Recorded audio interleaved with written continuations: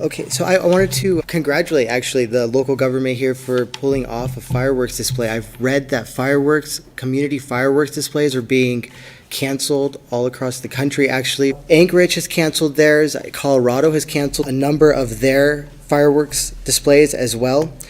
And I think that there might be an opportunity here in Coeur d'Alene to capitalize. And I actually believe you could get a sponsor for the fireworks show here yearly. I don't know who that sponsor might be. I do know that Amazon has opened a warehouse recently, so I can imagine something like Coeur d'Alene Community Fireworks Display presented by Amazon in the future. It is something to consider, though, that with fewer and fewer fireworks shows happening nationwide, we can look to other communities as examples about phasing out 4th of July ultimately. Now, La Jolla, California has canceled their fireworks display show because some sea lions live nearby. Now, we have a very similar situation here with a fireworks display show on the lake. There's lots of fish in the lake here, and we can only imagine how scared they get when the fireworks show is going off.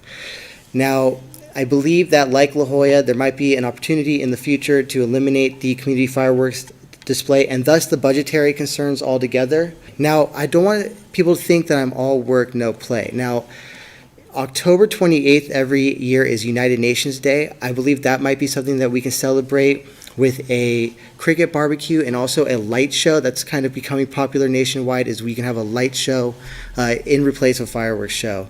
So those are just some ideas, sponsorship to just eliminating 4th of July altogether.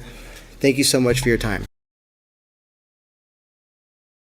Well, Mr. Mayor, I'm just wondering, perhaps, if we do make money from this and the chamber has some money, we could take Mr. O'Connell's idea and we could go out to the lake and provide tiny headphones for the fish so that the sound would not be as egregious. I'll work with you on that.